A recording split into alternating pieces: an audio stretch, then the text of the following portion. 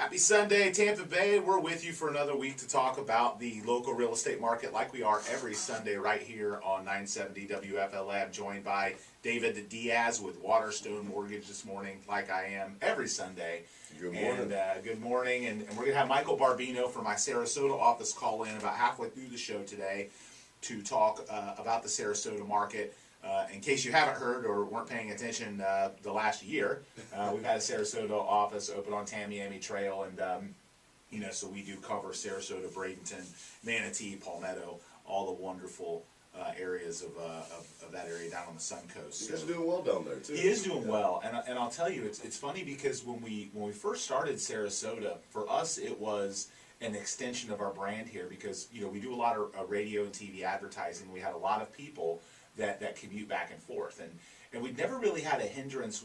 We'd done a lot of business in Pinellas. We'd always done a lot of business in East Hillsborough and Pasco because of the way we advertise, and I think people naturally in Tampa always viewed us having a Tampa office, even if we were doing it in St. Pete, still as kind of local, and in Sarasota that it wasn't perceived that way. So we wanted to hire some local people, open a local office, because we were getting the opportunities. We were getting people calling us saying, "Hey, I see all the things you guys are doing. I hear about you. I want you to sell my home in Sarasota, but it doesn't look like you're here."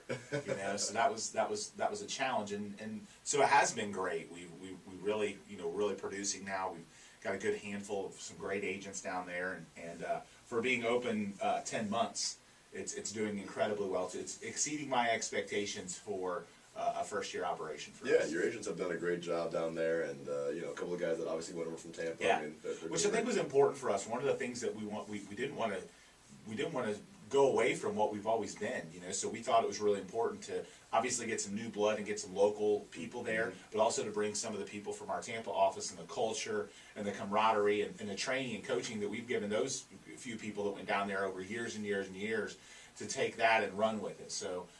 It has been great. You can learn more about our Sarasota team on our website, theduncanduo.com. You can search Sarasota Homes. It's search MLSSarasota.com.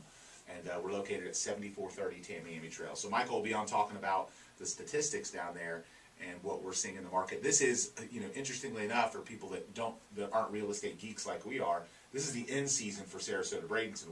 While it's considered more of a slower season here in Tampa Bay, where you've got people taking time off, down there it's a second home and vacation home market, and that's when people are looking, to buy and sell down there. Is now through the next few months are really similar in terms of the peak season to our summer months. Which I don't think too many people got the memo that's supposed to be the slow time. Right? Well, that's true. It hasn't slowed down that much. I mean, I feel like from the statistics that I look at, November, at least November closings are going to be probably the slowest in the last few months, but compared to prior Novembers, still incredible. What's crazy for me personally, I mean, November is the 2 months we say that are the slowest in our business are November and January. Yep. And everything else is pretty much hot pretty year consistent. round. Yep. But this November, for whatever reason, has just exploded for me personally. That's awesome. And I've told my clients, this is historically a tough month for closings. You have Veterans Day as a federal holiday. You have obviously Thanksgiving. Yeah. And it's already a short month as it is. So we always predict. It's funny. Like we look at the number of deals we have on the books, and we've got some higher priced homes closing in November. But we always look at November and know that there's going to be a lot of those deals that push. So like right now, the number of pending sales looks really, really, really strong.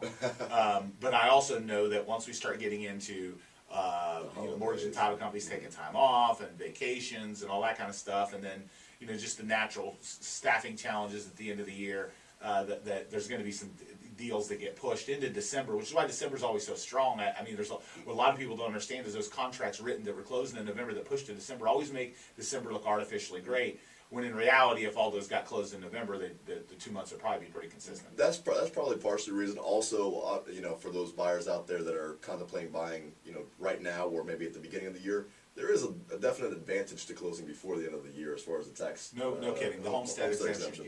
We've had Bob Enriquez, Hillsborough County property appraiser, running for re-election. We've had him on a couple times talking about this, and he's actually coming to our office this week, specifically, talking about some of this stuff.